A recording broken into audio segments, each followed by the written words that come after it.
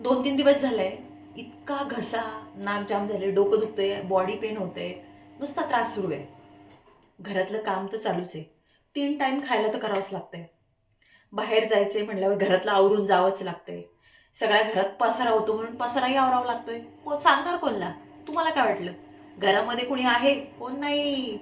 तुम्हाला सांगते, घरामध्ये ॲटलीस्ट सासू-सासरे असतील ना, ॲटलीस्ट सासू जरी तुमची जागेवर बसलेली असेल ना, तर ती काहीतरी भाजी तुम्हाला निवडून देईल. काहीतरी तुमच्या लेकरांना तरी सांभाळेल. समजा घरातलं काम नाही केलं तर लेकरांना तरी सांभाळेल, काहीतरी करेल. कुणीच नाहीये. लोकांना वाटतं राजा-राणीचा संसार आहे बाई, काय मजा यायची. हिला काही टेन्शन नाही. खरंच. तुम्हाला सांगते, दोघं जण असाल ना, दोघं जण अक्षरशः वाट लागते. हां, तुम्ही सगळं इंडिपेंडेंटली करता. फर्निचर तुमच्या आवडीचं घेता. परत दाराला पाटी तुमच्या आवडीची पाहिजे. तुम्हाला स्वयंपाक करायचा आहे का पार्सल आणायचं आहे हे तुम्ही ठरवता. घरामध्ये वडीलधारी माणसं असली ना, खर्च कमी होतो तुम्हाला सांगते. आणि ना स्वयंपाक घरामध्ये किंवा सगळ्या घरामध्ये ना बाईचं लक्ष असतं. पण आता सासू सासरेच नाही, मला तर काय करणार, मला सगळीकडे लक्ष द्यावं लागतंय. पण ज्यांच्या घरी सासू सासरे आहेत ना, त्यांनी त्यांची तर काळजी घ्याच, परंतु स्वतःची पण काळजी घ्या. आता काय झालंय माहिती का, शहरासारख्या ठिकाणी ना मोठ्या मोठ्या प्रोफाईलला नवरे तुमचे कामाला आहेत. नवऱ्यांना काय पाहिजे, घरातली लेकरं पाहिजेत, आई वडील पण पाहिजेत, बायकोचे नखरे आहेत ते पण पाहिजे, आणि एकट्याचा फार जीव चाललाय काम करू करू. नाही, ही रियालिटी आहे, ही खरंच परिस्थिती आहे, खोटं नाही बोलते मी. आणि तुम्ही काय करता, शॉपिंगच्या नावाखाली पैसे घालवता. कशासाठी? तुम्ही पण काहीतरी करा, स्वतःला सिद्ध करा. अहो, इतके सोशल मीडियाने तुम्हाला प्लॅटफॉर्म ओपन करून दिलेले आहेत ना, भरपूर साऱ्या गोष्टी आहेत. त्याच्यामुळे तुम्ही ना काहीतरी करा. स्वतःचे तरी ॲटलिस्ट महिन्याला जो काही तुम्हाला खर्च लागणार आहे तो तर काढा. म्हणजे कसं होईल ना, घरच्यांना थोडा सपोर्ट भेटेल. थोडंसं जरा ते 4 पैसे येतील म्हणून ते तरी खुश राहतील. नवऱ्याला नाही वाटत का हो, तुमच्या नवऱ्याला लाखभर रुपये पगार आहे, स्वतःसाठी किती खर्च करतो तो? ठीक आहे, शनिवार रविवार टाइमपास करतो तो मित्रांसोबत, मान्य आहे मला. स्वतःसाठी किती खर्च करतो? 5,000 तरी करतो का? नाही, नाही करत. कारण शाळेची फी, किराणा माल, फ्लॅटचा हप्ता, गाडीचा हप्ता, बायकोचे नखरे, परत दुखणं भाणं सगळं बघावं लागतं का नाही त्याला? त्याच्यामुळे तुम्ही घरात बसून काय मोबाईलवर टाइमपास करता का मैत्रिणींनो? उठा आता, बास झालं. कामं करा. किती वेळा सांगायचं तेच तेच. मरणाची महागाई वाढली, मरणाची. इतकी महागाई वाढली आहे ना, अजून 5 वर्षांनी ना, अक्षरशः मी तर म्हणते, इंग्लिशमध्ये CBSE टाकलेल्या पोरांना काढावं लागेल मराठी शाळेत टाकायला.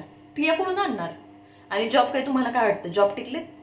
जॉब आहे, सगळं आहे. साईड बिझनेस काहीतरी करा, काहीतरी स्वतःला घडवा. आणि दुसरी गोष्ट, तुमची जी वजनं वाढलीत ना, त्याच्यावर जरा कंट्रोल करा. इतकी वजनं वाढलीत ना, काय सांगायचं. थोडंसं स्वतःला वेळ द्या, थोडंसं मोबाईलवर बसून राहण्यापेक्षा थोडंसं वॉक करा. तुम्ही घरामध्ये छोटी एक BPची मशीन घ्या, थर्मामीटर घ्या. मला सांगते, जर कसं होतं, छोटे छोटे औषधं असतात ते थोडेसे घरामध्ये असू द्या. फॅमिली डॉक्टरचा अधूनमधून सल्ला घ्या.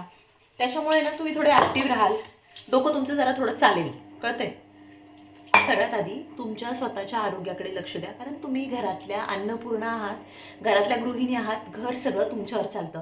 तुम्ही फ्रेश असाल, तुम्ही छान असाल, तुम्ही जर ॲक्टिव्ह राहाल तर घर पण किती छान होतं का नाही. संध्याकाळी साधी दिवाला बत्ती जरी लावली, अगरबत्ती लावली, किती छान वाटतं, फ्रेश वाटतं का नाही. सकाळी थोडीशी पूजा केली, फ्रेश वाटतं. मग हे कोण करतं? घरातली बाईच. त्याच्यामुळे घरातल्या बाईला ॲक्टिव्ह राहणं गरजेचं आहे, आरोग्याकडे लक्ष देणं गरजेचं आहे, आणि त्याचबरोबर स्वतःच्या हेल्थकडे लक्ष देणं गरजेचं आहे. इतके तुम्हाला सांगते, हॉस्पिटलमध्ये रोज जाते ना मी, इतके प्रॉब्लेम आहेत बायकांना. IVF ट्रीटमेंट घे, बाळ राहतच नाही. तुम्हाला सांगते, 40-40 वयामध्ये बायकांनी पिशव्या काढल्यात. खरं सांगते, खोटं नाही बोलत. का तर अस्वच्छता, तब्येत वाढली आहे, PCOD, इतके त्रास आहेत ना. तुम्ही चांगले आहात ना, चांगलं शरीर आहे ना, मग जपा ना, जपा. बाईचं शरीर लय घाण सगळ्यात जास्त. कसं आहे, आपल्याला पिरियड येते ना, व्यवस्थित पिरियड आली, सगळं व्यवस्थित आहे तर ठीक आहे. वजन वाढत चाललंय, बाळ राहत नाहीये, घरचे बोंब मारताय, हे सगळं काय होतं माहिती आहे का? बाहेरचं खाणं, घरच्यांना सोबत कनेक्ट नसणं, फोनवरच्या अति जादा प्रमाण, त्याच्यामुळे लाईफस्टाईल बिघडत चालली हो आजकाल. त्यामुळे तुम्ही स्वतःकडे लक्ष द्या, घरच्यांकडे लक्ष द्या.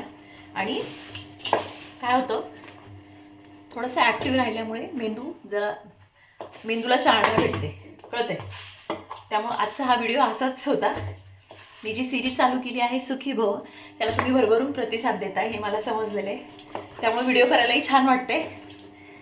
शेवट तेच सांगेल, स्वतःची काळजी घ्या, घरामध्ये वेळ द्या, स्वतःचं इन्कम सोर्स जनरेट करा आणि घरातल्या कर्त्या व्यक्तीला भरभरून जीव लावा. कळत आहे? चला भेटूया लवकरच. तोपर्यंत काळजी घ्या. पीठ मळून झालं तुमच्यासोबत बोलता बोलता. बघा मी किती ॲक्टिव्ह आहे. मी माझं कौतुक नाही करते, मी माझा वेळ वाचवला. चला बाय.